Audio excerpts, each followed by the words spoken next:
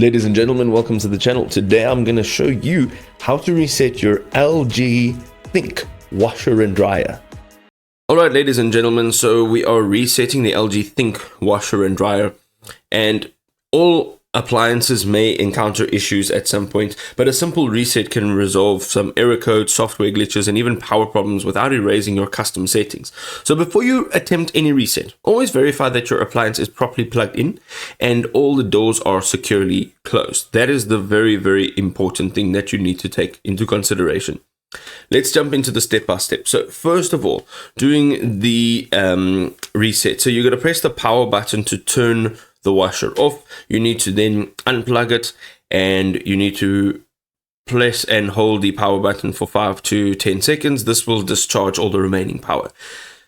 You're then going to wait about 5 to 10 minutes before reconnecting the power, and then you can press start to resume your normal operation.